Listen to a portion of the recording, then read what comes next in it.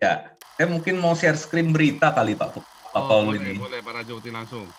Ya, sebentar ya.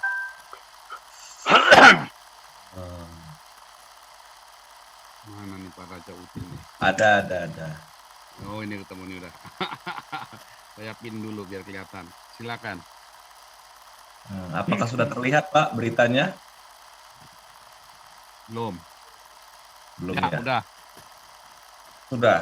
Nah, jadi memang ini kalau kita lihat dari kecenderungan berita ini, saya malah melihat ini memang program pemerintah melawan virus ini memang akan digembosi Pak di tengah jalan. Tuh, jadi semacam ada gerakan pembangkangan sudah sebetulnya bukan lagi ketika dinyatakan tanggal 5 Juli ini sebagai gerakan pembangkangan kalau misalkan Presiden Jokowi tidak tobat katanya gitu. Memang sudah terjadi. Nah, itu kelihatannya yang berita yang berapa hari ini, yang 2 hari yang lalu, ada seorang ibu di Padang itu sengaja mengatakan di Padang itu tidak ada apa-apa, lawan pemerintah zolim. Gitu. Artinya memang seruan-seruan kepada arah untuk pembangkangan terhadap gerakan pemerintah untuk menangani COVID ini memang sudah kelihatan di sebelum-sebelumnya gitu. Jadi ini orang-orang yang mau berkuasa ini memang sengaja mengorbankan masyarakat itu terpapar COVID sehingga nanti pemerintah Jokowi berkesan gagal mengatasi situasi yang ada. Semua nakes dan semua vaskes itu akan kewalahan. Ujung-ujungnya apa? Ya mereka akan makar, Pak, menggulingkan pemerintah. Nah ini saya malah nggak mungkin melihat, jangan-jangan sampai tahun 2020, dalam tempo mungkin beberapa bulan atau mungkin nggak sampai setahun ke depan, kalau situasi misalkan ini COVID ini semakin parah, kelihatannya bencana COVID ini akan digunakan sebagai senjata untuk menggulingkan pemerintah gitu. Nah ini yang jangan sampai terjadi karena kan pemerintah ini kita pilih dengan biaya yang besar melalui sebuah proses pemilu dan demokrasi. Jadi jangan biarkan orang-orang petualang politik ini menggantikan pemerintah yang sah. Kita harus sebagai masyarakat ini harus melawan, nggak boleh diam. Jadi ada beberapa berita yang menarik ya, misalkan di sini ya. Dikatakan di sini bahwa kelihatan arahnya Pak. Nih bisa kita lihat, sebut Jokowi gagal hingga jadi objek bulian. Nah Joko ini mengatakan kapan Pinocchio mundur. Nah ini kan sebenarnya sudah penghinaan terhadap kepala negara. Ini sudah kasar menurut saya gitu. Jadi ini mengatakan ini kelihatannya seorang anggota DPR juga atau ex anggota DPR. Nah ini kita lihat sama-sama. Ini memang nanti diposisikan bahwa Pak Jokowi itu seolah-olah gagal dan dia merasa nggak enak sendiri, makanya lu harus mundur karena kamu sudah gagal gitu. Nah ini yang terjadi. Terus kalau kita lihat lagi, ini yang menarik usulannya Rocky Gerung ini Pak. Lihat sama-sama. Usul Jokowi diganti, Rocky Gerung angkat Anies Baswedan jadi presiden. Dari langkah beberapa hari yang lalu ketika menghubungi ke dubes asing, jangan-jangan ini memang udah sengaja untuk dikondisikan, untuk menggantikan gitu Pak. Udah mulai paduan suara itu arahnya udah mulai sama kelihatannya gitu. Nah, paduan suara ini kita coba analisis konten berita aja ya. Sepertinya arahnya makin lama kok makin kelihatan gitu. Nah ini.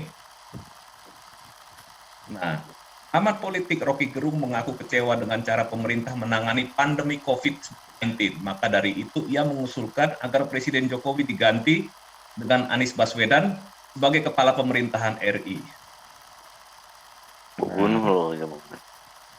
Nah, usulan Jokowi digantikan Anies Baswedan tersebut disampaikan Rocky Gerung dalam videonya yang tayang di kanal YouTube pribadinya seperti pada hari Senin 5 Juli. Jadi waktunya sama ya. Jadi ini kayak paduan suara yang suara 1, suara 2, suara 3 udah paduan suara. Nah, ini satu lagi. Nah, minta Jokowi teladani Gubernur Ridwan Kamil, Rizal Ramli jangan gengsi. Jadi ujung-ujungnya sama juga, masalah COVID juga, Pak. Masalah penanganan COVID juga. Nah, jadi sekarang kembali lagi ke masyarakatnya. Maukah Anda, nyawa Anda dikorbankan untuk kepentingan politik orang lain? Dikorban COVID, kita kembali ke sana.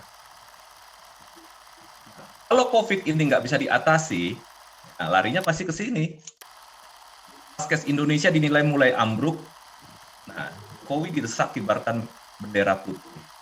Jadi ini udah suara 1, suara 2, suara 3, suara 4-nya udah kelihatan Pak Paul dari konten berita yang ada gitu. Lepas dari ini benar, kebetulan ini memang sumber beritanya memang satu, ini lebih gampang menganalisanya. Jadi kita melihat biasanya kalau dari satu media itu dia akan runtun itu Pak, ibaratnya ada relinya, ada ininya. Seperti investigasi dia pribadi ya. Nah, Investigasi tapi memang ada misi kan. Betul, ada misi pribadi media tersebut. Nah, ini media ini kita lihat kan pasti menyuarakan suara kelompok tertentu gitu, entah siapapun itu ya. Nah, jadi kurang lebih begitu Pak Paul, kira-kira skenario-nya. Tapi Nah, memang jadi udah kelihatan.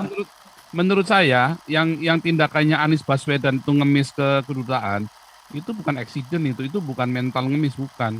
Memang Anies lagi ngasih pengumuman ke negara-negara lain, saking miskinnya loh nih kita sampai minta. Sebenarnya lagi cari perhatian dia, sebetulnya kurang ajar. Itu cara-cara kurang ajar yang busuk sekali itu. Itu tuh saya zaman-zaman saya berkarir digituin orang tuh yang dengan cara-cara begitu tuh.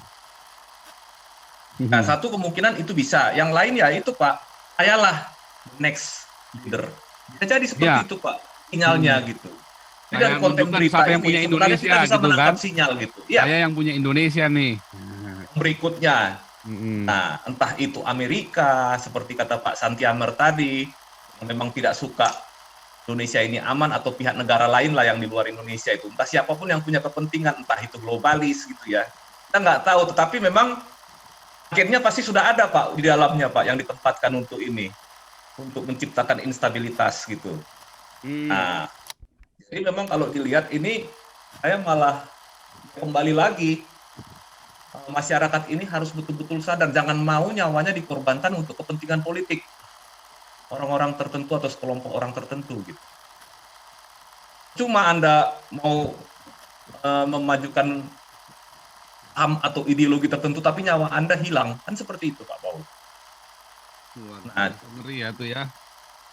Analisisnya seperti itu. Saya cuma menggunakan konten berita dari media-media untuk membuat sebuah kesimpulan arahnya kemana gitu.